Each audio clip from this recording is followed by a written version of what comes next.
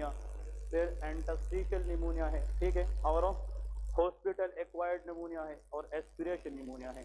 अगर एक बंदा खाना खा रहा है या एक बंदा कुछ भी खा रहा है लेकिन गलती से फूड पार्टिकल एसोफेगस की बजाय ट्रेकिया में चली जाए तो उससे जो निमोनिया होगा वो क्या है, एस्पिरेशन निमोनिया।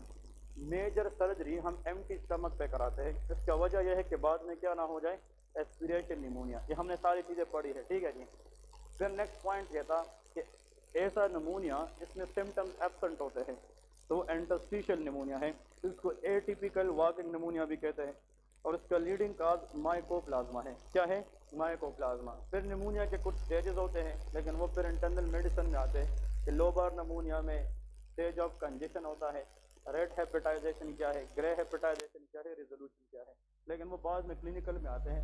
हम आज निमोनिया की क्लिनिकल फीचर्स कल पढ़े कि नहीं, क्लिनिकल फीचर सेटिंग दे दें। What is the clinical feature of pneumonia, हम यह डिस्कस करेंगे रेस्पिरेटरी सिस्टम में। तो हेडिंग दे दे क्लिनिकल फीचर्स। ओके, निमोनिया के अंदर जो क्लिनिकल फीचर है, first is called shortness of breath. Patient को जनाब शॉर्टनेस ऑफ ब्रेथ की हिस्ट्री होगी, SOB stand for shortness of breath. Next लेके कफ, पेशेंट को कांसी होगी, लेकिन निमोनिया के अंदर मोस्ट लाइकली प्रोडक्टिव कफ होती है। क्या होती है, productive cough. Productive cough mean कि whenever the patient cough it contains sputum, इसके अंदर स्प्यूटम होता है। इसमें हम एक सवाल करते हैं पेशेंट से, जब आप कफ करते हैं और उसमें स्प्यूटम होता है तो कभी देखा है कि स्प्यूटम की मिकदार कितनी होती है? वो कहते हैं कि 1 टी चम्मच से, मतलब यह है कि हाफ स्पून के बराबर। ये पेशेंट बताता है कि हाफ स्पून के बराबर round about sputum in the cough, think about pneumonia. वो क्या हो सकती है, निमोनिया। अगर बहुत ज्यादा कफ में स्प्यूटम आ रहा है, मतलब 1 कप के बराबर आ रहे, तो वो ब्रोंकिएक्टेसिस है। वो क्या है, ब्रोंकिएक्टेसिस। ये हम आगे डिस्कस करेंगे। नेक्स्ट है चेस्ट टाइटनेस। क्या होता है, चेस्ट टाइटनेस, इसके अंदर चेस्ट टाइटनेस होती है। नेक्स्ट है द पेशेंट डेवलप इजी फटीगेबिलिटी, मतलब ये लोग जनाब जब भी काम करते हैं इनको आसानी से जनाब सुस्ती या ये तक जाते हैं, इजी फटीगेबिलिटी, क्लियर है। और नेक्स्ट है दिस पेशेंट, और इन लोगों की जब हम परकशन करेंगे इन सिम्टम के साथ, जब भी पेशेंट आए ऑन परकशन, मैंने कल बताया था ना कि very good excellent, that is called dullness. तो dullness on percussion with this symptom में भी निमोनिया। हम किसके बारे में सोच सकते हैं, निमोनिया। अब हमें नहीं पता कि है कि नहीं, लेकिन we can think about it. और हम फिर कब कहेंगे कि डेफिनेटली है, जब हम एक्सरे करेंगे। क्या करेंगे, एक्सरे। लेकिन इसके साथ लेके फीवर, क्या हो सकती है, फीवर। अगर बैक्टीरियल निमोनिया है तो हाई ग्रेड फीवर है, अगर वायरस की वजह से हो लो ग्रेड फीवर है, लेकिन fever should be there if the cause of pneumonia is infectious agent, ठीक है, बैक्टीरिया वगैरह। अब लिखे अगर इन सिम्टम में पेशेंट आए, what will be there investigation, इसकी इन्वेस्टिगेशन क्या करनी है। कौन कौन सी इन्वेस्टिगेशन है जो हम कर सकते हैं। नंबर 1 चेस्ट एक्सरे करते हैं। क्या करते हैं, chest x-ray. Excellent. The first investigation we should do for pneumonia patient that is called chest x ray.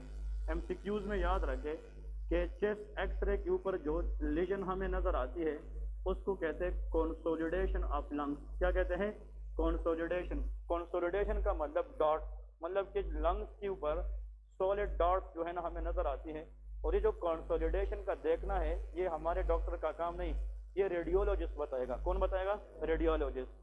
जब भी आप किसी को इन्वेस्टिगेशन लिखते हैं, MRI लिखते हैं, CT स्कैन लिखते हैं या एक्सरे लिखते हैं, प्लीज नीचे लिखा करें कि एडवाइस चेस्ट एक्सरे, और नीचे लिखे प्लीज कमेंट। इसका मतलब यह है, या प्लीज ओपिनियन। इसका मतलब कि आप रेडियोलॉजिस्ट को बता रहे कि एक्सरे भी करे और उस पर अपना कमेंट्स भी दे दें, ओपिनियन भी दे दें। तो वो नीचे आपको फुल फॉर्म में लिखता है कि the patient x-ray was done in AP position antero posterior and both chest are normal और एबनॉर्मल, या लेफ्ट चेस्ट या left lung right lung shows dot, solid dot which is known as consolidation. So consolidation on X-ray and dullness on percussion. Always think about of pneumonia. ये क्या होता है, pneumonia होता है।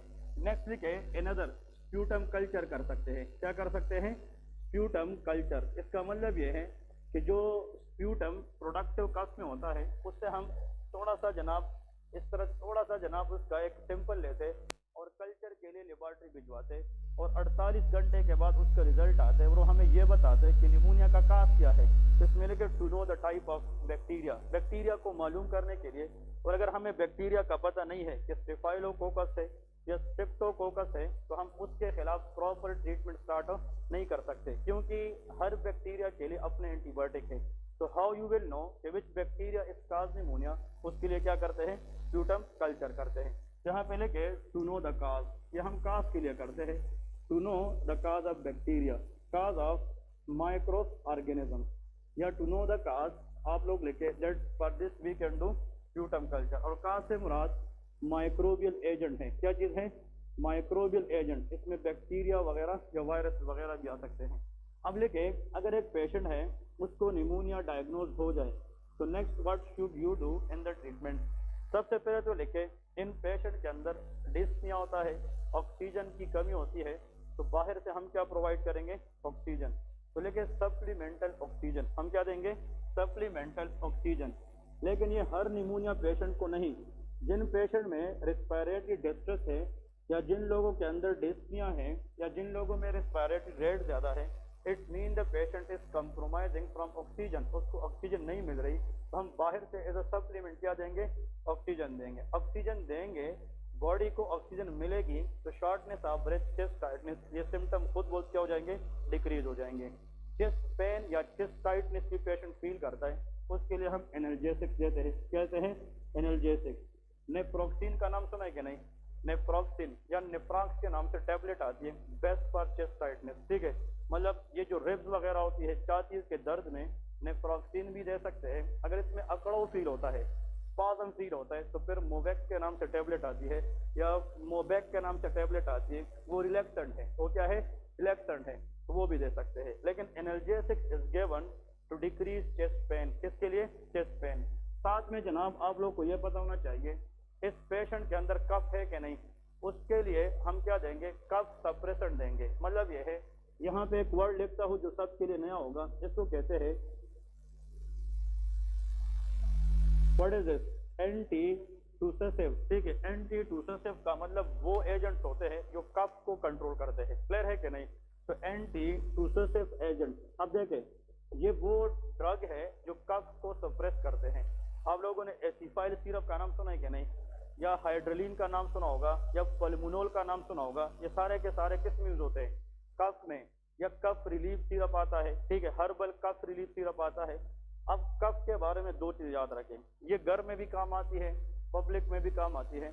आपको एक पेशेंट कहता है कि डॉक्टर साहब मुझे कुछ प्रिस्क्राइब करें, मुझे कानसी है और मैं कानसी से बहुत शदीद जो है ना तंग आ चुका हूँ, मैं काम नहीं कर सकता। ऐसा नहीं कि तुम बस लगे हाइड्रोलिन ले लें, पल्मोनोल ले लें। उसको पूछें कि आपकी जो कफ है वो ड्राई है कि प्रोडक्टिव है, ये बहुत इंपॉर्टेंट है। अगर वो कह दे कि मेरी खुश्क कानसी है, क्या है, खुश्क कानसी, ड्राई कफ है, तो आप उस कफ को सप्रेस करें, कम करें। तो the drug is cough suppressant. वो क्या है, कफ सप्रेसेंट।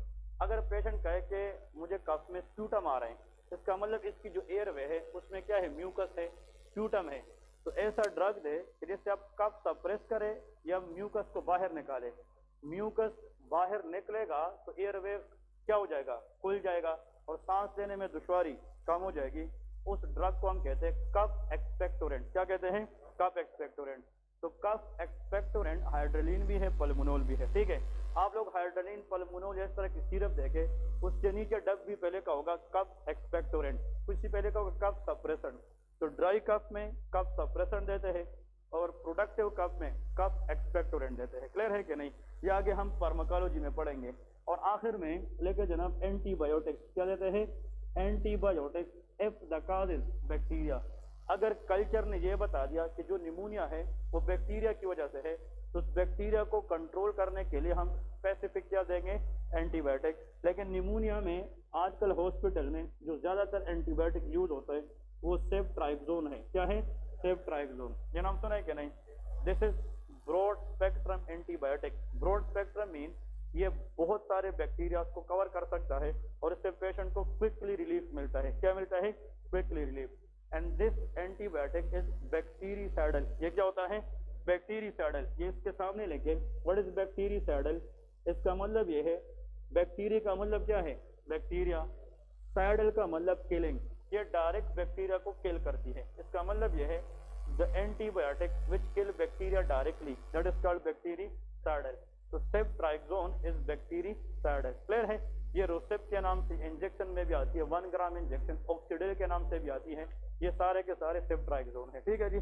इसके बाद याद रखना है, अगर फॉर एग्जांपल कल्चर ये बताए यार इस पेशेंट को बैक्टीरियल इन्फेक्शन नहीं है, और फॉर एग्जांपल कल्चर ये बताए इस बंदे को जो इन्फेक्शन हुई है, निमोनिया हुई है, वो किस वजह से? Fungal infection. प्लीज एमसीक्यूज याद रखें। Drug of the choice amphotericin, क्या देते हैं? Amphotericin B. ये एंटी फंगल है। ये क्या है? Anti fungal. The best anti fungal for any fungal infection in the body, that is amphotericin B. Clear है कि नहीं? ये बहुत इंपॉर्टेंट है। देखें, अगर ये फंजाई का सेल है, प्लीज सुन ले, दिस इज फंजाई, ये फंजाई है। अब फंजाई का जो आउटर मोस्ट लेयर है that is called cell wall. ये क्या होता है?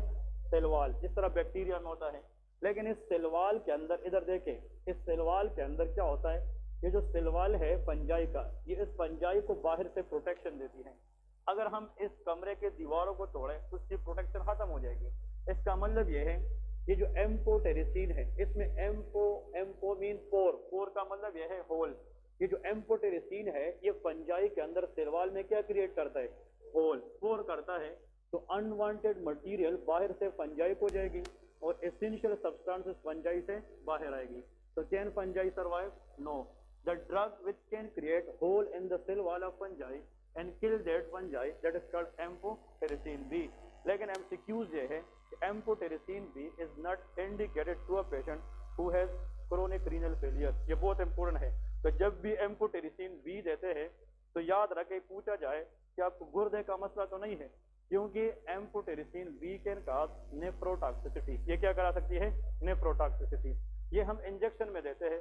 और एम्फोटेरिसिन बी कुछ लोगों में इंजेक्शन के बाद एबनॉर्मल हिस्टामिन रिलीज करती है। क्या चीज? Histamine. And histamine can cause allergy. वो क्या कराती है? एलर्जी। तो एम्फोटेरिसिन बी इंजेक्शन के बाद अगर इंसान को खारिश वगैरह, प्लूराइटिस होता है और फीवर आता है, दैट इज नॉर्मल, तो कुछ देर के बाद वो ठीक हो जाता है। तो याद रखें, लेकिन एम्फोटेरिसिन बी के बारे में सिर्फ याद रखना है कि दैट इज नेफ्रोटॉक्सिक। ये क्या होता है? Nephrotoxic, and that is best. एक पेशेंट है, उसको टीनिया इन्फेक्शन है, ये फंगल इन्फेक्शन स्किन पे है कहीं पे। एथलीट फुट का नाम सुना है कि नहीं? जो टोस के दरमियान जगह है वो इस तरह कच्ची हो जाती है, मतलब ये ज्यादा पानी में रहने की वजह से, या जब बारिश ज्यादा होती है तो इंसान की यहाँ पे जो टोस के अंदर इन्फेक्शन होता है, इसको हम एथलीट फुट कहते हैं। क्या कहते हैं? एथलीट। तो इसके ऊपर हम पाउडर लगाते हैं। क्या लगाते हैं? पाउडर लगाते हैं। और हमें घर में बताया जाता है कि उसको पानी से बचा के रखें, इसको ड्राई रखें। वजह यह है कि fungal infection never ever grow in dry environment. Fungal love to grow in moist environment. जहाँ पे पानी ज्यादा होगा, मॉइस्चर ज्यादा होगा, वहाँ पे फंगल इन्फेक्शन के चांसेस ज्यादा। या घरों में या होटल्स के अंदर या किसी भी पब्लिक एरिया में जहाँ पे वाटर की टैंकी होती है, उस टैंकी के साथ आप लोगों ने इस तरह ग्रीन कलर का एक ग्रोथ देखा होता है कि नहीं? उस ग्रीन कलर ग्रोथ का मतलब ये फंजाई है। और वहाँ पे अगर आप उस टैंकी में देखें तो वो जगह मोइस्ट होता है कि ड्राई? मोइस्ट होता है। जहाँ पे एरिया गीला होता है, मोइस्ट, वहाँ पे इन्फेक्शन कौन से होते हैं? फंगल होते हैं। तो फंगल इन्फेक्शन को ट्रीट करने का बेस्ट तरीका ये है, कीप दैट एरिया ड्राई। तो ये स्किन के लिए बात कर रहा हूँ। और स्किन पे इन्फेक्शन के लिए कभी भी ओरल टैबलेट नहीं देते, टॉपिकल जैसे क्रीम की शक्ल में। आप लोगों ने फ्लूकोनाजोल, क्लोट्रीमाजोल, क्लियर है कि नहीं? या क्लोट्रिम के नाम से क्रीम आता है, टर्बिनोफिन का नाम सुना है कि नहीं? ये क्रीम आती है। ये सारी की सारी टॉपिकल एंटी फंगल है। क्या है? टॉपिकल। लेकिन अगर एक बंदे को फंगल इन्फेक्शन लंग्स में है, एक बंदे को फंगल इन्फेक्शन ब्रेन में है, तो ये टॉपिकल है कि सिस्टेमिक है? तो फिर इंजेक्शन में जो फंगल इन्फेक्शन को कंट्रोल करने के लिए ड्रग दिया जाता है, उसका नाम एम्फोटेरिसिन बी है। अगर फंजाई मेनिंजाइटिस करे, ड्रग ऑफ चॉइस एम्फोटेरिसिन। अगर फंजाई निमोनिया कराए, ड्रग ऑफ चॉइस। अगर फंजाई लीवर फेलियर कराए, any fungal infection which is systemic, आज तक drug of the choice is amphotericin B. Clear है? और इसका काम क्या है? It can create pores in the fungal cell wall. ये फंगस सेल वॉल के अंदर क्या क्रिएट करता है? पोर्स क्रिएट करता है। इसके बाद हम एंड की तरफ, इसकी पैथोलॉजी की तरफ जाएंगे। तो हेडिंग दे दे लंग कैंसर। शाबाश। नेक्स्ट इज, इसमें 2-3 बातें हैं वो जल्दी क्विकली करते हैं। हेडिंग दे दे कि what is meant by lungs cancer.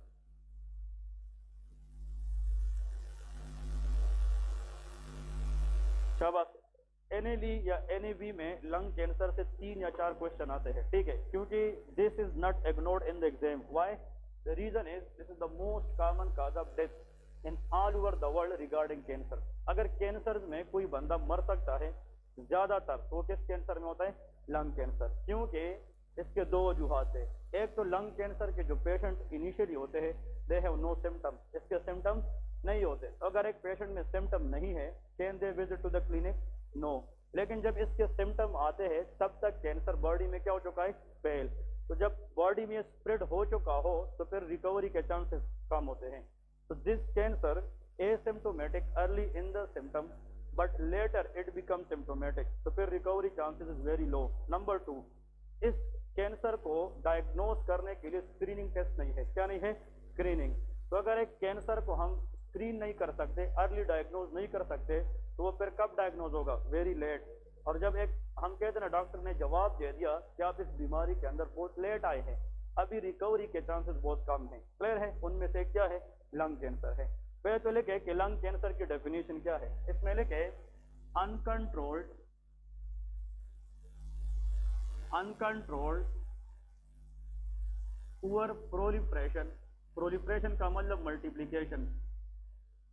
Proliferation and unregulated increase in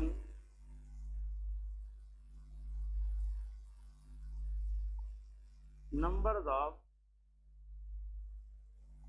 cells in lungs। अब देखिए कैंसर में सेल का जो नंबर है वो इंक्रीज हो जाता है, लेकिन that increase in the number of cell should be uncontrolled. इस तरह बॉडी के एक मैकेनिज्म है, बॉडी को अगर जरूरत है तो वो 2 से सेल को 3 भी कर सकता है, 3 से 8 भी कर सकता है, लेकिन एक लिमिट तक। लेकिन अगर सेल का नंबर बढ़ता रहे और वो बॉडी का ना सुने तो क्या है? अनकंट्रोल्ड है। ज्यादा प्रोलिफरेशन है कि कम? ज्यादा। पुअर प्रोलिफरेशन है और अनरेगुलेटेड है। तो अगर सेल का नंबर बढ़ता रहे और वो बॉडी की काबू से बेकाबू हो जाए, अनकंट्रोल्ड हो जाए, पुअर प्रोलिफरेट हो जाए, अनरेगुलेट हो जाए, तो फिर उस कैंसर, उस एरिया को हम क्या कहेंगे? कैंसर। लेकिन अगर ये प्रोलिफरेशन अनकंट्रोल्ड सेल की जो है वो कहाँ पे हो रही है? लंग्स में, तो उसको हम फिर क्या कहेंगे? लंग्स कैंसर कहेंगे। क्लियर है? तो याद रखे 2 बातें। इसका मतलब ये है एक पेशेंट है उसमें कैंसर है, कैंसर ब्लड का भी हो सकता है, कैंसर ऑर्गन का भी हो सकता है। इनमें से जब भी हम टेस्ट करते हैं तो नॉर्मल से वो सेल कई गुना क्या हो जाते हैं? बढ़ जाते हैं। अब मैं कहता हूँ कि WBC, ये आप आम मिसाल लेते हैं, WBC व्हाइट ब्लड सेल, इसका नॉर्मल लिमिट ब्लड CP में 4000 से लेके 11000 होता है। कितना होता है? 4000 से लेके 11000। हम कहते हैं कि WBC का काम इन्फेक्शन के खिलाफ फाइट करना है। WBC की मिसाल बॉडी के लिए आर्मी का है, फाइट करना है इन्फेक्शन के खिलाफ। अगर WBC लिमिट ज्यादा है दैट इज गुड साइन और bad? Good sign within limit, limit is the key. लेकिन अगर ये 11000 से बढ़ जाए, 20000, 50,000, 1 लाख तक जाए, 2 लाख तक जाए, तो that is a danger sign. अब आप कहोगे कि sir WBC is a good for the body, तो जितना हम ज्यादा करें that is a good sign, लेकिन excess of everything is bad. ये पॉइंट याद रखें, लिमिट से क्रॉस नहीं करना चाहिए। जब WBC 50,000 को क्रॉस करें, किसको? 50, then excess WBC is regulated or unregulated? Unregulated and uncontrolled। फिर जो फूड बंदा खाएगा, जो WBC 50,000 से बढ़ गई है और फूड से जो एनर्जी है वो उससे वो खाती रहती है, तो जो फूड बंदा लेगा उसकी जो एनर्जी है वो कंज्यूम करती है एक्सेस WBC, लेकिन वो बॉडी को नहीं मिलती। बात समझ गए कि नहीं? तो कहने का मतलब कि सेल का नंबर कैंसर में हमेशा बढ़ जाता है, लेकिन उस बढ़ने को हम कौन सा मैकेनिज्म? अनकंट्रोल और अनरेगुलेट कहेंगे। अगर वो नंबर सेल का बढ़ जाए किसके अंदर? लंग्स में, तो उसको क्या कहेंगे? लंग्स कैंसर कहेंगे। सवाल क्या है? लो, मैं नहीं समझा। स्लो पोएज नहीं,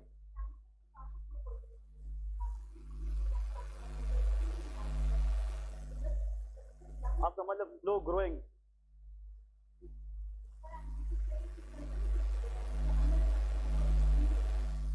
कि आपका मतलब यह है कि कैंसर इनिशियली एसिम्टोमेटिक होते हैं, इसके सिम्टम का पता नहीं चलता। बात कर रहा हूँ कि शी इज राइट के majority of the cancer patient they have no symptom at all early, they are asymptomatic. क्या होते हैं?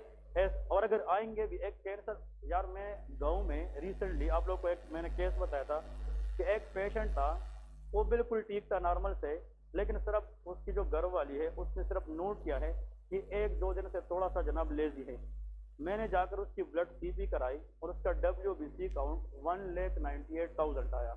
1,98,000, इसका मतलब नॉर्मली 11,000 है, तो इसका मतलब कितना गुना बढ़ गया। फिर मैं कंफ्यूज हो गया, मैंने कहा यार ये लेबॉर्ट्री खराब है। फिर मैंने शौकत खानम से कराया, वो भी 1,98,000 दे रहा था। फिर मैंने आकर CMH में उसकी बोन मेरो बायोप्सी की, तो उसमें फिलाडेल्फिया क्रोमोसोम 922 क्रोमोसोम ट्रांसलोकेशन आया, and that is CML, chronic myeloid leukaemia. अब वो बंदा आज तक ठीक है, वो बिल्कुल ठीक है, वो अपना काम भी कर रहा है, everything is normal, but still the patient has cancer. तो मेनी कैंसर आर एसिम्प्टोमेटिक। तो ये लोग नॉन स्पेसिफिक सिम्टम के साथ आते हैं, जैसा कि नोजिया, जैसा कि वेट लॉस। अब every weight loss is not a cancer, but cancer can lead to weight loss. तो कुछ चीजें होती है। अब आपका सवाल फिर ये है कि सर अगर एक बंदा है वो नॉन स्पेसिफिक सिम्टम लाए, how we can approach toward the cancer, हम कैसे जाएंगे, कब जाएंगे, तो उसके कुछ पॉइंट्स अभी हम डिस्कस करेंगे। कौन कौन सी चीजें दिखनी चाहिए पेशेंट में जिसके जरिए हम सोच सके कि may be that is a cancer, वो हम अभी पढ़ रहे हैं, ठीक है। अब लेके काज क्या है, रिस्क फैक्टर क्या है लंग कैंसर के। रिस्क फैक्टर लंग कैंसर के लेके what are the risk factors, कौन कौन से रिस्क फैक्टर है जिससे लंग कैंसर के चांसेस बढ़ सकते हैं। तो नंबर 1 लेके ओल्डर एज। क्या है ओल्डर एज? मतलब lung cancer commonly seen after the age of 50। किसके बाद? 50 के बाद। तो सबसे पहले तो लेके ओल्डर एज। तो देखिए अगर 50 प्लस बंदा है तो उसमें लंग कैंसर के चांसेस ज्यादा होते हैं। Number 2 chronic smoking. इसके अंदर क्रोनिक स्मोकिंग। देखिए smoking is the leading risk factor for lung cancer. अगर एक बंदा है वो स्मोक कर रहा है पिछले 20 साल 25 साल से और उसका एज भी 50 प्लस है, और जनाब फिर वो सिम्टम में आए, तो फिर हम क्या सोचेंगे? हम इन्फेक्शन सोचेंगे कि कैंसर? कैंसर सोचेंगे। नेक्स्ट देखिए obesity, again one of the accelerating factor for any cancer including lung cancer in the body. Number 4 लेके एक्सपोजर टू कार्सिनोजिन। किस चीज को? Exposure to carcinogen. What is carcinogen? Excellent. Cancer causing agent, they are called carcinogen. Different factories के अंदर ऐसी chemical use होती है, अगर वो बंदा इनहेल करता रहे तो उसमें क्या हो सकता है? कैंसर। फॉर एग्जांपल एस्बेस्टोस का नाम सुना है कि नहीं? That is called asbestos. ठीक, ये फैक्ट्री में यूज होता है, दिस कैन कॉज कैंसर। और याद रखे जो एस्बेस्टोस है ये जो कैंसर कराता है, ये भी MCQs आता है कि which cancer is caused by asbestos, that is called mesothelioma. क्या करा सकता है? Mesothelioma. Okay, lungs is lined by which layer? Pleura. Lungs के इर्द क्या होता है? प्लूरा, प्लूरल केविटी होती है। और ऐसा कैंसर जो प्लूरल केविटी से निकले, प्लूरा से निकले, उसका नाम क्या है? मीजोथीलियोमा। So the cancer of pleural cavity that is called mesothelioma and the common strong risk factor for that is asbestos. फिर यह करा सकता है ब्रोंकस की cancer, that is called bronchogenic carcinoma. C stand for carcinoma. Clear है कि नहीं? अब MCQs आता है, आप एग्जाम में बैठे हैं और एग्जामिनर ने यह पूछा है कि एस्बेस्टोस एक्सपोजर लीड्स टू, समझ गए? Asbestos exposure leads to ABCD option में ये दोनों हैं। तो आप लोगों ने सबसे पहली प्रायोरिटी देनी है ब्रोंकोजेनिक कार्सिनोमा को, क्योंकि एस्बेस्टोस 80% कौन सा कैंसर कराता है? Bronchogenic carcinoma. 20% कौन कराता है? मीजोथीलियोमा। क्लियर है? तो बुक में भी ये मेंशन किया है, for asbestos bronchogenic carcinoma has a more chance as compare to mesothelioma. ठीक है जी, याद रखें। फिर नेक्स्ट देखिए एक और केमिकल है, शायद नाम सुनाओ, रेडान। इसको क्या कहते हैं? रेडान। ये रेडान भी डिफरेंट न्यूक्लियर वेपन वगैरह में यूज होता है। इसकी एक्सपोजर से भी जनाब क्या होता है? कैंसर के चांसेस ज्यादा होते हैं। सिलिका का नाम सुना है कि नहीं? अगर सिलिका ज्यादा आ जाए बॉडी में उसको सिलिकोसिस कहते हैं। क्या कहते हैं? That is asbestosis and that is silicosis. इसको न्यूमोकोनियोसिस कहते हैं। ठीक है, ये हम आगे डिस्कस करेंगे। कुछ ऑक्यूपेशनल डिजीज उसको कहते हैं। क्लियर है कि नहीं? लेकिन कहने का मतलब ये है कि अगर एक बंदा है वो ऐसी फैक्ट्री में काम कर रहा है जिसकी एक्सपोजर इन चीजों को होती है, तो वो भी अगर वो 2 साल 10 साल 15 साल तक इनहेल करता रहे, तो ये एजेंट्स भी बाद में जाकर क्या करा सकते हैं, लंग कैंसर। इसलिए कहते हैं कि फैक्ट्री वर्कर्स को फेस मास्क पहनना चाहिए और अपने प्रॉपर बॉडी को जनाब उसको एक्सपोज मतलब नहीं करना चाहिए, उसको कवर करना चाहिए। क्या करना चाहिए, cover, because they are lead to cancer. हमारे गांव में तो नहीं, आगे जनाब मर्दान में एक केस आया था पहले, ये भी बहुत इंटरेस्टिंग था। वो बंदा जनाब डायग्नोज हुआ था हॉजकिन लिम्फोमा में। किस चीज में, Hodgkin lymphoma, any cancer that arises from lymph node that is lymphoma. अब उस बंदे की जब हमने हिस्ट्री देखी, वो पिछले 28 साल से रेडियोथेरापी कर रहा था। क्या कर रहा था, रेडियोथेरापी। वो खुद कैंसर को ट्रीट कर रहा था, वो डॉक्टर नहीं था लेकिन डॉक्टर के साथ असिस्टेंट था, फार्मा, ठीक है। लेकिन वो कहता कि हम कैंसर को ट्रीट करने के लिए radiotherapy is a treatment of cancer. तो कहते हैं हम रेडिएशन पास, एंड रेडिएशन को अगर आप एक्सपोज है for long run, that radiation which is the treatment of cancer can also lead to cancer. वो भी क्या करा सकती है। तो exposure to radiation was the key for that person. और वो हॉजकिन लिम्फोमा बाद में कन्वर्ट हो गया नॉन हॉजकिन में। किसमें, नॉन हॉजकिन। और 3 साल के अंदर वो ब्रेन और हार्ट को फेल करके डेथ करा चुका था। क्लियर है कि नहीं। तो कहने का मतलब जहां पे भी आप काम कर रहे हैं, रेडिएशन है, कार्सिनोजेनिक एजेंट है, तो वहां पे बॉडी को प्रॉपर्ली कवर करना चाहिए। ठीक है जी, ये बहुत इंपॉर्टेंट है। आजकल जो फैक्ट्री है वो एक प्रॉपर ड्रेस भी देते हैं उसके लिए, ताकि आपकी जो सेंसिटिव एरियाज हैं वो एटलीस्ट क्या हो जाए, वो कवर हो जाए। और specially nose and mouth, because we can inhale through the nose and mouth. ठीक है जी, ये जनाब डिफरेंट रिस्क फैक्टर है। और आखिर में लेके पॉजिटिव फैमिली हिस्ट्री। कौन सी, पॉजिटिव फैमिली हिस्ट्री। इसका मतलब ये है कि lung cancer can run in the family as well. तो लंग कैंसर फैमिली में भी रन कर सकता है। अब यहाँ पे इसमें जनाब यहाँ पे लेके टाइप कि लंग कैंसर की टाइप्स कौन कौन सी हैं। इसमें सिर्फ 2-3 एमसीक्यूज हैं। लंग से आने वाला एक कैंसर होता है, उसको कहते हैं स्मॉल सेल लंग कार्सिनोमा। इसका नाम क्या है, small cell lung carcinoma. C stand for carcinoma, very good. और इसका एक और नाम भी है, इसको हम स्मॉल ओट सेल कार्सिनोमा भी कहते हैं। ओके, आज तक जितने एग्जाम्स दे के आया हूँ या जिन लोगों को पढ़ाया है, ठीक है ना, तो माय एक्सपीरियंस है कि अगर लंग कैंसर में 3 से 4 क्वेश्चन जो आते हैं, उनमें से 2 जो क्वेश्चन है 50-50 वो इस कैंसर से आते हैं। क्योंकि इस कैंसर के बारे में आप लोगों ने जानना है कि what is small cell lung carcinoma. सबसे पहले इसका लेके लोकेशन, इसकी लोकेशन क्या है, ठीक है।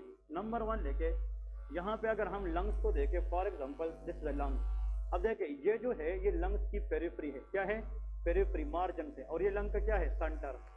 ये जो कैंसर है ये वाला small cell lung, that is mainly arises from which part of the lung, central part. तो सबसे पहले तो लेके ये लंग्स के बिल्कुल मिड से निकलता है। क्लियर है कि नहीं।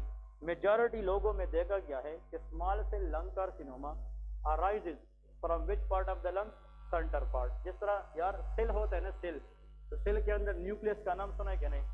सेल के अंदर न्यूक्लियस साइट होता है कि सेंटर में, सेंटर में। इसी तरह अगर हम लंग्स को सेल ले लें तो न्यूक्लियस मीन सेंटर से आने वाला कैंसर एक क्या हो सकता है, स्मॉल सेल लंग कार्सिनोमा। बस समझ रहे कि नहीं।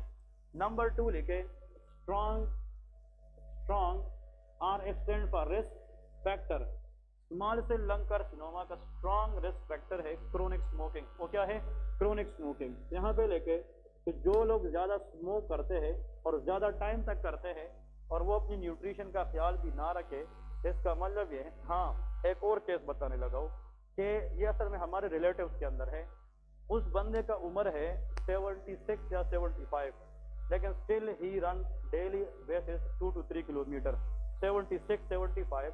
और वो मुझे कह रहे हैं कि जब मैं 15 साल का हो गया तो उसने सिगरेट पीना शुरू किया है और आज भी वो दिन में 6 से 7 डब्बी पीता है। क्लियर है, लेकिन उसको लंग्स का इन्फेक्शन तक नहीं है। समझ गए कि नहीं। अब ये केस इंटरेस्टिंग है। क्लियर है कि नहीं। वजह क्या है, वो कहते हैं मैं स्मोक जरूर करता हूँ, मैं जरूर नशा करता हूँ, लेकिन अपना डाइट को भी कंट्रोल करता हूँ। वो साथ में जनाब फ्रूट इंटेक बहुत करता है। तो अगर आप एक चीज ले रहे, स्मोक कर रहे, लेकिन आप साथ में एंटीऑक्सीडेंट ले रहे, आप उसमें जनाब फ्रूट्स ले रहे, आप मल्टीविटामिन ले रहे, तो फिर आपकी बॉडी की इम्यूनिटी क्या रहेगी, strong. As far as your immunity strong, smoking do not cause any cancer in the body. कहने का मतलब ये रिस्क फैक्टर है। मतलब अगर आप पॉवर्टी का शिकार है, गुर्बत का शिकार एक बंदा है, वो बेचारा उसको रोटी नहीं मिल रही तो वो फ्रूट क्या लेगा, वो सप्लीमेंट क्या लेगा। और एक बंदा है जनाब वो कह रहे बस गुजारा ही हो रहे हैं और वो आप आगे से जनाब स्मोक भी कर रहे हैं, तो फिर उसमें कैंसर की एक्सेलरेशन क्या होती है ज़्यादा। मैं सिर्फ ये कि हम कहते हैं ना सोसाइटी में यार स्पाइसी फूड ना खाए गैस्ट्राइटिस हो जाएगा, क्या हो जाएगा गैस्ट्राइटिस। लोग घरों में कहते हैं क्या नहीं, घरों में कहते हैं कि यार मिठाई ना खाए क्या हो जाएगा शुगर हो जाएगा। ये गलत कंसेप्ट है, ये आप लोग डॉक्टर बनने जा रहे हैं, ये कंसेप्ट रिवर्स करें कि आप चाहे एक बेकरी खाए ना, एक बेकरी पूरी, फिर भी as far as your pancreas is working आपको शुगर हो नहीं हो सकती। आप लोग याद रखें एक चीज आप लोगों ने नोट की है, मुझे एक बेकरी आइटम कितना पसंद क्यों नहीं है, उसमें अगर एक लिमिट तक मैं खाऊं तो फिर बॉडी यहाँ से सेंस करती है कि मजीद नहीं खाना, क्योंकि that is enough for the pancreas. और चाहते हुए भी हम कहते हैं यार दिल तो बहुत कर रहा है लेकिन खा नहीं सकता। क्लियर है कि नहीं? वजह यह है कि बॉडी में लिमिट है। लेकिन अगर किसी को शुगर है पहले से तो उसके लिए मीठा सही है कि नहीं? तो देखे मीठा खाने से शुगर नहीं होता, लेकिन शुगर पेशेंट को मीठा खाने से शुगर का मसला जरूर हो सकता है, ये बात इम्पोर्टेंट है, ठीक है ना। इसी तरह अल्लाह ने प्रोटेक्शन नहीं दी है, गैस्ट्राइटिस कैसे हो सकता है? अगर आपकी इम्यूनिटी स्ट्रांग है, प्रोस्टाग्लैंडिन कवरिंग म्यूकोजा पे ठीक है, तो स्पाइसी फूड के नॉट काज गैस्ट्राइटिस, पर for gastritis spicy food is not good. Clear है कि नहीं? ये कुछ मिथ्स है, ये आप लोगों ने रिवर्स करने हैं।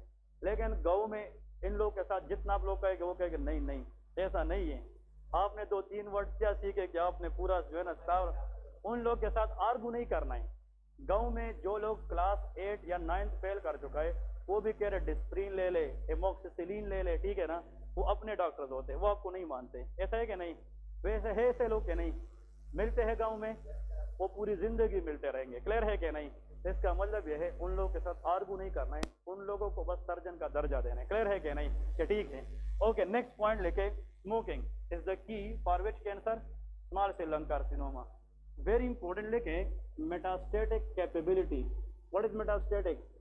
इसका मतलब यह है, वेरी गुड, ये स्प्रेड हो सकता है कि नहीं? प्लीज याद रखें कि क्विकली मेटास्टेटाइज। इसका मतलब यह है कि स्मॉल सेल लंग कार्सिनोमा ये क्विकली मेटास्टेटाइज होता है। ये मतलब यह है कि with in few weeks and month ये लंग से निकलकर other part of the body में जा सकती है। तो जितना लंग कैंसर ज्यादा मेटास्टेटाइज करेगा उतना उसकी प्रोग्नोसिस क्या होगी? पुअर होगी। क्लियर है? यहाँ पे मैंने कैसे याद किया था, देखिए स्मॉल सेल लंग कार्सिनोमा, इसमें जो सेल्स होंगे कैंसर के अंदर लंग्स में उसकी साइज क्या है? स्मॉल। और जो चीज छोटी होती है तो उसकी जनाब भागने की एबिलिटी ज्यादा होती है, तो क्विकली मेटास्टेटाइज करता है। क्लियर है कि नहीं? इस तरह याद रखें। लेकिन एमसीक्यूज वाली एरिया ये है, एसोसिएशन लेके, एसोसिएशन एमसीक्यूज वाले एरिया ये है, प्लीज इंपोर्टेंट वन।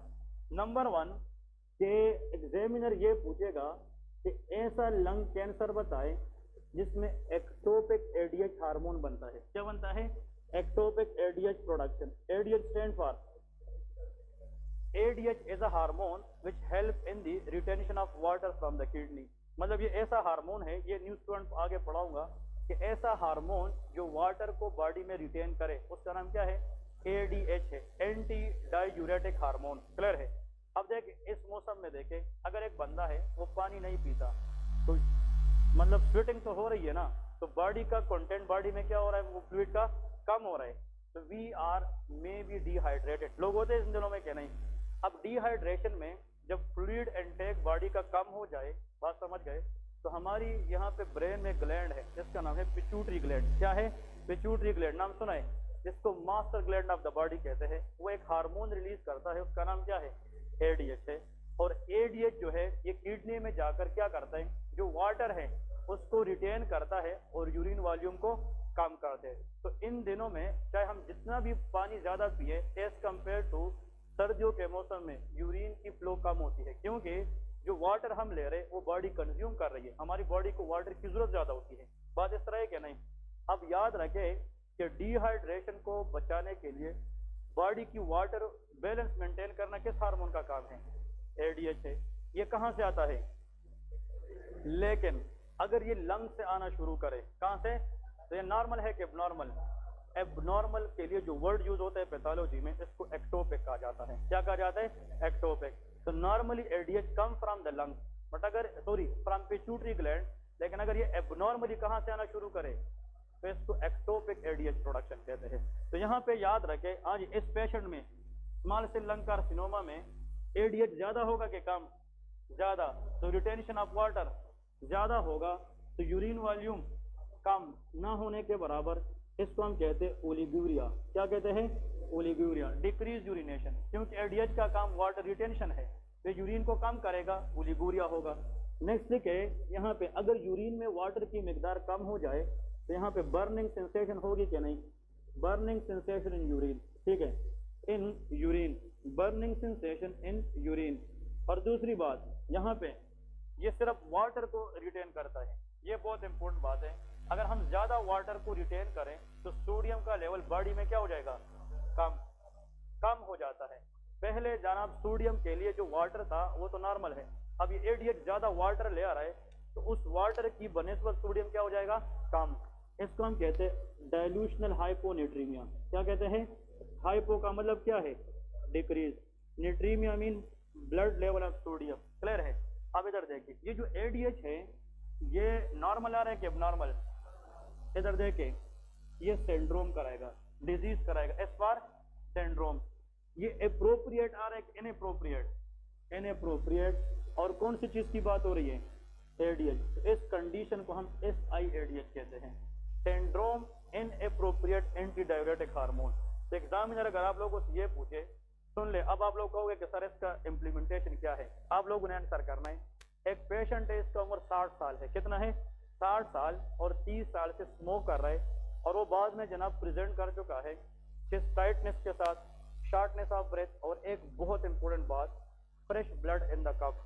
याद रखिए, fresh blood in the cough, haemoptysis के साथ, और उसको वेट लॉस भी है। क्या है? वेट लॉस भी है। लेकिन वो बंदा कह रहा है कि ये मसला तो मुझे 1 महीने से है, लेकिन आज 2 दिन हो गए कि मेरा यूरिन पास नहीं हो रहा, यूरिन उसका पास नहीं हो रहा, उसको हेडेक है, और उसको जनाब ये है कि वो यूरिन पास नहीं कर रहा। और दूसरी बात उसको ये है कि इसको जनाब यूरिन पास करने के दौरान बर्निंग सेंसेशन हो रही है। 60 साल का बंदा है, क्रोनिक स्मोकिंग को कर रहा है, वेट लॉस है, और हीमोप्टाइसिस है। थिंक अबाउट लंग कैंसर, उस कैंसर की वजह से उसकी यूरिन पे इफेक्ट पड़ा है। तो ऐसा कैंसर जिसमें यूरिन का मसला आ सकता है तो क्या है? Small cell. और इस कैंसर में यूरिन का इशू तब इसलिए आया है कि इस कैंसर में किस चीज का लेवल बढ़ चुका है? Ectopic ADH. तो एग्जामिनर पूछेगा which of the following you suspect, उसका आंसर क्या होगा? SIADH। क्या होगा? SIADH, syndrome inappropriate ADH. इसका मतलब यहाँ से जो एडीएच निकला है इसने मसला कराया है, और ये अप्रोप्रिएट तरीके से इनअप्रोप्रिएट, इसलिए इसको लोग सियाद कहते हैं। क्या कहते हैं? सियाद। इसको सियाद डिजीज कहते हैं, SIADH को सियाद लोग कहते हैं। क्लियर है कि नहीं? तो SIADH के एग्जाम में आता है, याद रखना है, ठीक है। एक और कंडीशन, फिर आप लोगों को यहाँ से इसमें कुछ 2-3 पॉइंट्स और याद रखें। अब हम कौन सा कैंसर पढ़ रहे हैं? शाबाश, वेरी गुड। नंबर 2 लिखे ectopic. Ectopic mean abnormal production of ACTH hormone. which hormone? ACTH hormone. Stand for, ACTH का मतलब है, सुन ले, वेरी गुड, एड्रीनो कार्टिको ट्रोपिक या ट्रोपिन हार्मोन। ये नाम सुना है कि नहीं? एड्रीनो कार्टिको ट्रोपिक हार्मोन, प्लीज याद रखें। एड्रीनो कार्टिको ट्रोपिक हार्मोन, जिसका नाम ACTH है, ये भी पिट्यूटरी ग्लैंड से आता है। कहां से आता है? पिट्यूटरी, मतलब ब्रेन के अंदर पिट्यूटरी ग्लैंड से। और इसने क्या करना है? ये एड्रीनल ग्लैंड पे जाकर काम करता है। किडनी के ऊपर एक ग्लैंड पड़ा है जिसका नाम क्या है? Adrenal gland. क्या है? एड्रीनल। और ये भी पता होना चाहिए कि जब ACTH पिट्यूटरी ग्लैंड से आकर किस ग्लैंड पे काम करे? Adrenal gland. ये वहां से कार्टिसोल हार्मोन रिलीज करता है। क्या चीज? कार्टिसोल, जिसको नेचुरल स्टीरॉयड कहते हैं। और कार्टिसोल के बहुत सारे काम हैं। क्लियर है? लेकिन अगर ACTH पिट्यूटरी की बजाय कहां से आना शुरू करें तो इसको एक्टोपिक ACTH कहेंगे। तो जितना ACTH ज्यादा होगा, प्लीज सुन ले, ACTH, तो ये फिर किस ग्लैंड पे जाएगा? Adrenal gland. और एड्रीनल ग्लैंड से किस चीज की रिलीज को बढ़ाएगा? Very good, cortisol. और जब कार्टिसोल लेवल बॉडी में बढ़ जाए तो इसको हम कहते हैं कुशिंग सिंड्रोम। तो क्या कहते हैं? Cushing syndrome. ये भी MCQs में आता है। क्लियर है? What is Cushing syndrome? It is characterized by increased level of which hormone? Cortisol, due to increased level of ACTH। Clear है क्या नहीं? तो याद रखे कुशिंग सिंड्रोम के अंदर जब पेशेंट आता है उसकी मून शेप फेस होता है, राउंडेड फेस, ठीक है ना। बफेलो हम्स नाम सुना है क्या नहीं? इन लोगों में जो पेरिफेरी है, हाथ और जो पाँव है, ये थिन होते हैं, क्या थिन, और जो ट्रंक है, चेस्ट और ये जो एब्डोमेन है, इसमें फैट ज्यादा होती है, ओबेसिटी। तो truncal obesity, buffalo hums and moon faces, that is which feature? Cushing syndrome. Clear है? ये आप लोग आगे पढ़ाऊंगा डिटेल से तो कुशिंग सिंड्रोम क्या है। लेकिन एग्जामिनर ये पूछेगा कि कुशिंग सिंड्रोम के अंदर किस हार्मोन का लेवल बढ़ता है? That is called hypercortisolism. इसको क्या कहते हैं? हाइपरकार्टिसोल। और कार्टिसोल तब बढ़ता है जब किस चीज का लेवल बढ़ता है? तो नॉर्मली ये कहां से आता है? Very good. लेकिन अगर ये कैंसर सेल से आना शुरू करे लंग से, तो वो कैंसर कौन सा होगा? स्मॉल सेल लंग कार्सिनोमा होगा। क्लियर है कि नहीं? और लास्ट में लेके another last important point, antibodies against calcium channel. Which channel? Calcium channel and pre synaptic neuron, ये सबसे इंपोर्टेंट है, ठीक है। एंड प्री साइनेप्टिक न्यूरॉन आप लोग बाद में फर्स्ट एड पढ़ेंगे या कोई और बुक पढ़ेंगे, you people will love to read it because everything is there, लेकिन I want to clarify that, ठीक है। ये सारी चीजें वहां पे लिखी है। अब सुन ले, यहाँ पे न्यूरॉन की बात करें, this is a nerve. Neuron का एक पार्ट होता है एक्सॉन। क्या होता है? एक्सॉन। ये एक न्यूरॉन है और ये दूसरा न्यूरॉन है, ये आपस में इस तरह मिले होते हैं। साइनेप्स का नाम सुना है क्या नहीं? एक न्यूरॉन दूसरे के साथ आपस में मिलता है by the help of synapse. अब ये साइनेप्स स्पेस को कहते हैं, स्पेस को हम कहते हैं साइनेप्टिक क्लेफ्ट। क्या कहते हैं? साइनेप्टिक क्लेफ्ट कहते हैं। अब ये न्यूरॉन इस साइनेप्स से ऊपर है और ये नीचे, ये पहले न्यूरॉन है और ये बाद में है। Anything which is before that is called pre. किस चीज से? साइनेप्स से, इसको प्री साइनेप्टिक न्यूरॉन कहते हैं। ये नाम सुने क्या नहीं? और इसको हम क्या कहेंगे? Post synaptic neuron. क्लियर है? अब यहाँ पे याद रखे, ये तो न्यूरॉन, इसको हम कहते हैं, ये भी न्यूरॉन है और ये भी न्यूरॉन है, इसके दरमियान ये जंक्शन है कि नहीं, इसको हम कहते हैं न्यूरोलॉजी के अंदर NNJ, न्यूरो न्यूरोनल जंक्शन। क्या है? Neuro neuronal junction.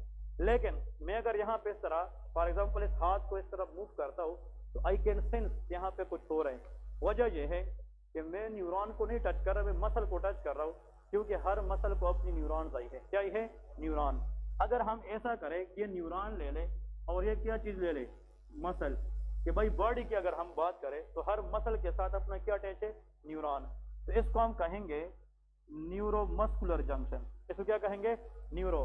ब्रेन में न्यूरॉन न्यूरॉन जंक्शन को न्यूरो न्यूरोनल जंक्शन कहते हैं और बॉडी में न्यूरॉन और मसल के दरमियान जंक्शन को न्यूरो मस्कुलर जंक्शन कहते हैं। समझ रहे क्या नहीं? अब इधर देखें, इस प्री साइनेप्टिक न्यूरॉन के अंदर एक न्यूरोट्रांसमीटर बनता है जिसका नाम है एसिटाइलकोलिन। यह नाम सुना है क्या नहीं? क्या है? एसिटाइलकोलिन। अब एसिटाइलकोलिन अगर इस प्री साइनेप्टिक न्यूरॉन से बाहर निकले और किस पे जाए? तो मसल पे, उसके लिए एक रिसेप्टर होता है जिसका नाम है मस्कुरेनिक रिसेप्टर। कौन सा? मस्कुरेनिक रिसेप्टर, जिसको M रिसेप्टर भी कहते हैं। तो ये भी बहुत इंपॉर्टेंट MCQs है कि एसिटाइलकोलिन जब न्यूरॉन से निकलती है तो मसल के ऊपर किस रिसेप्टर पे अटैच होता है? मस्कुरेनिक। और जब ये एसिटाइलकोलिन इस पे अटैक करता है तो उससे मसल कंट्रैक्ट हो जाते हैं। क्या हो जाते हैं? कंट्रैक्ट। आपको मैं कहता हूँ यार अपनी मसल को कंट्रैक्ट करे, जोर लगाए, और इस मसल में अगर यहाँ पे रेजिस्टेंस कंट्रैक्शन है, पावर है, तो एसिटाइलकोलिन किस पे काम कर रहे हैं? मस्कुरेनिक रिसेप्टर पे।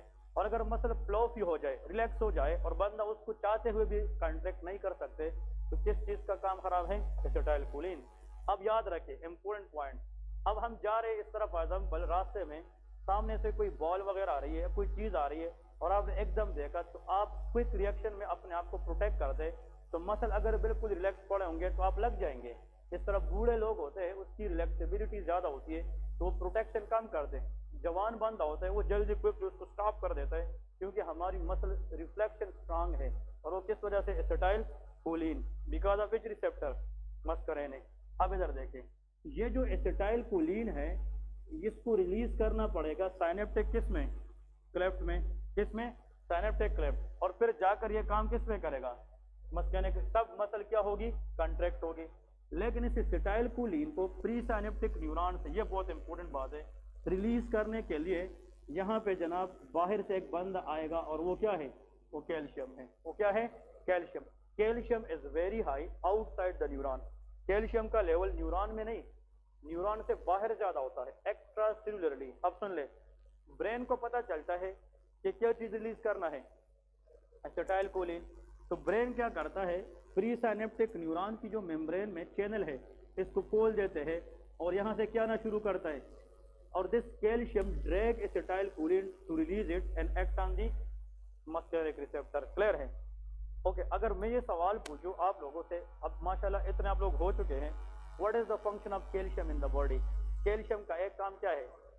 हाँ, वेरी गुड। फर्स्ट काम is contraction of the muscle. क्या है? मसल है। Number 2, very good, calcium make the bone strong, क्योंकि बोन के ऊपर कैल्शियम होता है, BMD, bone mass density. Calcium make the teeth strong, ठीक है। Calcium act as a clotting factor, coagulation में काम करता है। और calcium help in the release of acetyl choline. अगर ये एसिटाइल कोलिन रिलीज ना होता तो मसल कंट्रैक्शन हो ना होती। बात समझ रहे क्या नहीं? अब सुन ले, होता ये है, बात है दो है कि मसल कंट्रैक्ट तब होंगे जब किसकी रिलीज होगी, और वो रिलीज तब होगी जब बाहर से क्या चीज है, कैल्शियम आ जाए। समझ गए जी? अब देखें, अगर किसी को स्मॉल से लेके कैंसर वही चल रहे हैं तो इसमें लॉजिकल चीजें ज्यादा है। अगर लंग्स के अंदर एक कैंसर है जिसका नाम क्या है, स्मॉल सेल, तो जो कैंसर सेल होते हैं लंग्स के अंदर वो एबनॉर्मल क्या बनाना शुरू करती है, एंटीबॉडीज। क्या चीज? एंटीबॉडीज। तो स्मॉल सेल लंग कार्सिनोमा में जो लंग्स के कैंसर सेल है, in some people they are producing what, abnormal antibodies. और वो एंटीबॉडीज जाकर किस चैनल के खिलाफ रिएक्ट करती है, कैल्शियम चैनल के खिलाफ, where in pre synaptic neuron. अब सुन ले, मसला लंग्स में है, टिश्यू न्यूरॉन पे चला गया है। इन लोगों में ये एंटीबॉडी इस कैल्शियम चैनल को ब्लॉक करेगी क्या नहीं? हाँ जी। और जब ये ब्लॉक होगी तो can this acetylcholine will be release? No. जब ये रिलीज नहीं होगी तो मसल कंट्रैक्शन नहीं होगी, तो मसल वीकनेस होगी क्या नहीं? क्या होगी? Muscle weakness. अब सुन ले, अगर एक पेशेंट है उसको जनाब स्मॉल सेल लंग कार्सिनोमा है, क्या है, स्मॉल सेल, और कल वो आता है 1 महीने के बाद, डॉक्टर साहब वो कैंसर तो छोड़े, अभी तो मैं उठने का काबिल नहीं होता, उठ जाता हूँ तो ये जगह ऐसा होता है कि मैं भी गिरने वाला हूँ, क्योंकि ये सारे मसल क्या हो जाते हैं, वीक। इसका मतलब कि जब वो चलता है उसके लिए कंट्रैक्शन चाहिए, और वो कंट्रैक्शन जो है ना कौन करता है, लेकिन वो तब होता है जब कैल्शियम आता है। और इस बंदे में कैंसर के अंदर एंटीबॉडी जिसके खिलाफ बनी है, तो मसल वीकनेस होगी क्या नहीं? ऐसी डिजीज सुन ले जिसमें मसल वीकनेस हो जाती है और उसका वजह एंटीबॉडी अगेंस्ट क्या हो, तो इसको हम कहते हैं लेम्बर्ट ईटन माइस्थीनिया ग्रेविस डिजीज। ठीक है ना, लेम्बर्ट ईटन माइस्थीनिया ग्रेविस, ये बहुत इंपॉर्टेंट है, लेम्बर्ट ईटन माइस्थीनिया ग्रेविस। समझ गए क्या नहीं? तो अगर एग्जाम में ये आ जाए कि small cell lung carcinoma causes what, Lambert Eaton myasthenia gravis, इसमें क्या होता है, मसल वीकनेस होता है, और वजह क्या है, abnormal antibodies against which channel, calcium channel. ये एमसीक्यूज है। एक और बात फिर खत्म करते हैं यहाँ पे, फिर देखें, कुछ लोग होते हैं इस कैंसर को पारावाइल भूल जाए, कुछ लोग होते हैं उसमें कैंसर नहीं होता, उसमें कैल्शियम अंदर सही आते हैं, तो एसिटाइल कोलिन जो है वो रिलीज होगा क्या नहीं? हाँ, रिलीज होगा। लेकिन फिर एसिटाइल कोलिन का नेक्स्ट टारगेट आफ्टर रिलीज ये है किस पे काम करे। लेकिन कुछ लोगों में एबनॉर्मल एंटीबॉडीज किसके खिलाफ बनते हैं, मस्करेनिक। इन लोगों में एबनॉर्मल एंटीबॉडी तो रिलीज ही नहीं होता, कैल्शियम अगर ब्लॉक हो जाए तो एसिटाइल कोलिन रिलीज ही नहीं होता। कुछ लोगों में ये रिलीज हो जाता है लेकिन रिसेप्टर पे काम नहीं करता, क्योंकि इस रिसेप्टर को एंटीबॉडी ने बंद किया होता है, फिर भी मसल वीकनेस होगी क्या नहीं? ऐसा मसल वीकनेस जिसमें एंटीबॉडी स्पेशली किसके खिलाफ बने, that is called only myasthenia gravis. इसको माइस्थीनिया ग्रेविस सिंपल कहते हैं, लेकिन इसका मतलब यह है, इसको हम सिंपल माइस्थीनिया क्या कहेंगे, ग्रेविस। अब सुन ले, माइस्थीनिया ये बहुत इंपॉर्टेंट टॉपिक है फॉर एग्जाम। माइस्थीनिया ग्रेविस, एक होते माइस्थीनिया ग्रेविस, एक होते लिम्बर्ट ईटन माइस्थीनिया ग्रेविस। इसमें फर्क है, दोनों में मसल वीकनेस, दोनों में एबनॉर्मेलिटी रिगार्डिंग एसिटाइल कोलिन, एक में रिलीज होता है और एक में रिलीज हो नहीं होता। एक में एंटीबॉडी अगेंस्ट कैल्शियम चैनल होती है और एक में एंटीबॉडी अगेंस्ट मस्करेनिक रिसेप्टर। तो ऐसा मसल वीकनेस जिसमें एंटीबॉडी किस चैनल को ब्लॉक करे, और एसिटाइल कोलिन रिलीज ही ना हो जाए, तो वो लिम्बर्ट ईटन माइस्थीनिया है। लेकिन ऐसा डिजीज जिसमें एसिटाइल कोलिन तो रिलीज हो जाए लेकिन रिसेप्टर पे काम ना करे क्योंकि इसको एंटीबॉडी ने खराब किया है, तो वो माइस्थीनिया ग्रेविस होता है। आखिरी ये बात याद रखें, पेशेंट कैसे आते हैं ये लोग कहते हैं व्हाट इज दिस आई, और इस आई के जितने भी मसल है उसको कहते हैं अकुलर मसल। क्या? Ocular muscle. इस आई के अंदर मसल में भी जनाब क्या होता है, माइस्थीनिया ग्रेविस, सॉरी, इस आई के अंदर जो मसल है उस पर भी कौन सा रिसेप्टर है? आप लोगों को मैं कहता हूं कि आंखें बंद कर दे, तो हम आंखें बंद करते हैं और आंखें खोले। अब इस खोलने के लिए मसल की मूवमेंट चाहिए कि नहीं? आंखें बंद करना, ओपन करना, इसके लिए रिपीटेड अकुलर मूवमेंट चाहिए। अगर किसी की मसल वीक है आई लिड में, तो आई ओपन बंद कर सकेगा? नहीं करेगा। अब सुन लें, अगर एक पेशेंट है वो कहता है कि मेरे ये जो लोअर लिम्ब के मसल है इसमें वीकनेस है, 4 कदम जाता हूँ, 10 कदम जाता हूँ, फिर अपने पाँव को हाथ में पकड़ा होता हूँ क्योंकि बहुत ज्यादा फटीग होती है, आगे चल नहीं सकता, लेकिन वो आंख के जनाब नॉर्मली खोल सकता है। इसका मतलब पेरिफेरल मसल का मसला है लेकिन अकुलर मसल का मसला नहीं है। तो समझ जाइए लिम्बर्ट ईटन माइस्थीनिया ग्रेविस है। और जिस बंदे में ये हो कि डॉक्टर साहब मैं सुबह सवेरे उठता हूँ तो मेरे मसल में वीकनेस तो होती है, लेकिन इतना मसल वीकनेस कि आंखें जो है ना आज का टाइम बंद रहती है, चाहते हुए भी अपनी आंखों को ओपन नहीं कर सकता, तो उसमें अकुलर मसल का भी मसला है, तो माइस्थीनिया ग्रेविस होता है। तो ocular muscle is not involved in Lambert Eaton but ocular muscle is involved in myasthenia gravis. Clear है? तो इसमें टोसिस होता है। क्या होता है? टोसिस। और इसमें जब पेशेंट आते हैं दो तरह के, कुछ लोग कहते हैं कि हम सुबह सवेरे उठते हैं, जो बॉलीवुड का स्टार है अमिताभ बच्चन, उसको माइस्थीनिया ग्रेविस है। क्लियर है कि नहीं? मतलब इस तरह ये स्टार जो होते हैं, ये आप लोगों ने याद रखना कुछ डिजीज, जिस तरह ये सचिन तेंदुलकर जो क्रिकेटर है उसको जनाब गाल पर एल्बो टीनाइटिस है। क्लियर है कि नहीं? ये सारी की सारी चीजें ये एग्जाम में या सर्वाइवा में पूछी जाती है और ये डिजीजेज हाईलाइट होती है। अब देखें, एक पेशेंट आता है, वो कहते हैं मैं सुबह सवेरे उठता हूँ तो मैं बिल्कुल एक्टिव होता हूँ, अपने काम पे जाता हूँ, मजदूरी करता हूँ, ऑफिस जाता हूँ, मैं ठीक होता हूँ, लेकिन जित तक काम करता रहता हूँ तो 4-5 घंटे के बाद हिम्मत नहीं रहती कि वापस फिर घर भी पहुंच जाऊं। तो ऐसे लोग जो early in the morning active होते हैं लेकिन सनसेट के टाइम पे डे में जितना वक्त जाता रहता है उसकी मसल वीकनेस बढ़ती रहती है। एक लोग ये होते हैं। कुछ लोग होते हैं कि जब हम सुबह सवेरे उठते हैं तो बेड से उठने के काबिल भी नहीं होते, तो early in the morning muscle क्या होती है, लेकिन वो कहते हैं जब हिम्मत करते हैं 2-3 कदम जाते हैं तो हम तंदुरुस्त और चुस्त हो जाते हैं, मतलब फिर पूरा दिन काम करते रहते हैं।